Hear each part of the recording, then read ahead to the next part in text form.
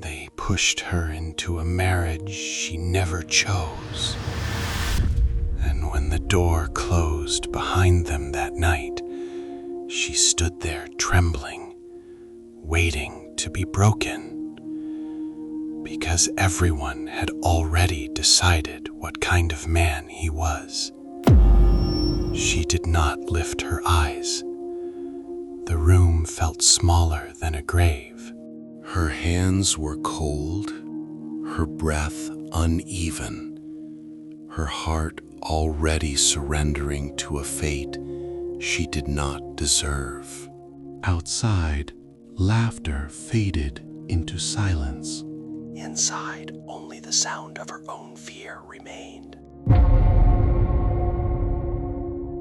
He stood near the door for a long moment, not moving, not speaking. Then, quietly, he locked it. Her body froze. But instead of stepping toward her, he turned his back. "I didn't marry you to hurt you," he said, his voice low and tired. "I married you because if I didn't, someone else would."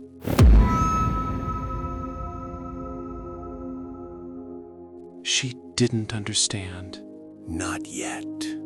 Days passed, heavy and slow, like feet dragging through dry land. The house was no home. It was a place where shadows spoke louder than people. His mother watched everything.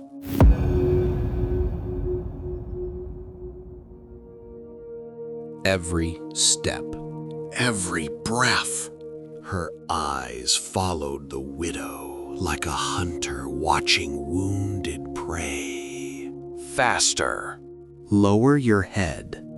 Don't forget where you belong. The widow obeyed. Not because she accepted it, but because she had nothing left to fight with.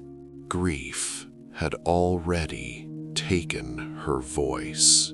Poverty had taken her choices, and now silence was all she had to protect herself. The son watched and said nothing, at least not in front of his mother. But at night, when the house fell into that deep, suffocating quiet, he would leave a piece of bread near her door.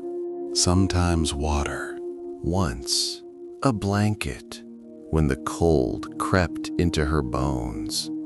Like an old enemy, he never spoke about it, and she never thanked him, because both of them understood something without saying it. Kindness in that house had to be hidden like a sin. But cruelty did not hide. His mother's voice grew sharper with time. It was not enough that the widow worked. It was not enough that she stayed silent. There was something deeper, darker, a hunger that could not be filled. One afternoon, under a burning sky, the old woman called the neighbors. "She eats my food," she said loudly. "She lives in my house, and she gives nothing in return." The widow stood there, her head lowered, her hands trembling. No one defended her. Not because they believed the words, but because truth had become too expensive to speak. That night, the son did not leave bread. For the first time, she felt hunger clawing at her chest, not just her stomach. Something inside her cracked, quietly, like glass breaking in the dark. The next morning, she worked slower, not by choice. Her body was giving up. His mother noticed. "You're becoming useless," she spat. "Maybe I should have left you on the street where I found you." Something changed in the widow's eyes that moment. Not anger, not defiance, just emptiness. And emptiness is more dangerous than both. That evening, as the sun fell like a dying flame behind the village, she walked toward the back of the house, where the land was dry and forgotten. A thin dog lay there, ribs visible, too tired to bark. She sat beside it. For a long time, neither of them moved. Then, slowly, she broke the last piece of bread she had hidden and gave it to the dog, not because she had enough, but because she understood what it meant to be left with nothing. From the window, unseen, the son watched, and something inside him finally broke. That night, he did not stay silent. The house trembled with raised voices. For the first time, the mother's control was challenged. Words long buried came to the surface, like wounds reopening. "You didn't marry her to protect her," his mother shouted. You married her to obey me. No, he replied, his voice no longer quiet. I married her because I was a coward. Silence fell like a heavy curtain. I thought I could protect her from the shadows, he continued. But I became part of them.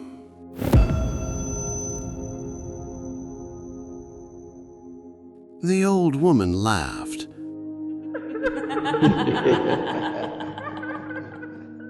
But there was fear beneath it now. "She is nothing," she said. A burden. He shook his head. No, she became nothing because we took everything from her. The next days were not easier. Nothing changes overnight. His mother did not soften. The house did not become warm. The world outside did not suddenly care.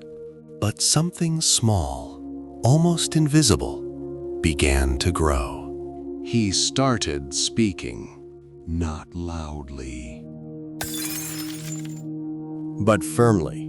When his mother insulted her, he answered.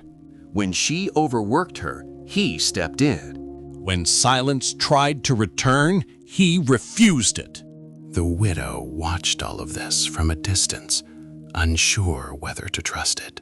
Because when life teaches you pain for too long, even kindness feels like a drop. One night, as the wind whispered through the broken edges of the house, he finally spoke to her directly. "You don't have to stay," he said.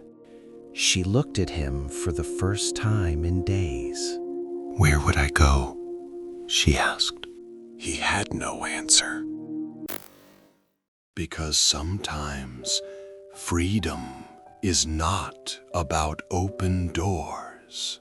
Sometimes it is about having somewhere to walk toward.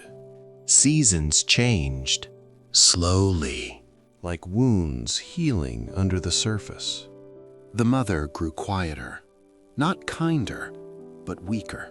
Time has a way of softening even the hardest injustice, not through mercy, but through exhaustion.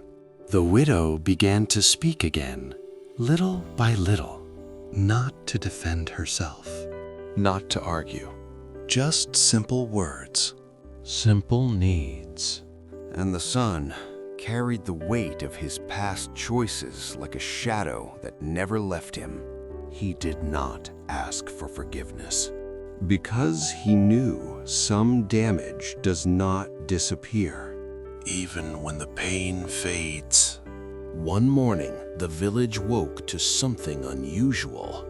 The widow was not in the house. Panic spread quietly. He found her at the edge of the village, near the same dry land.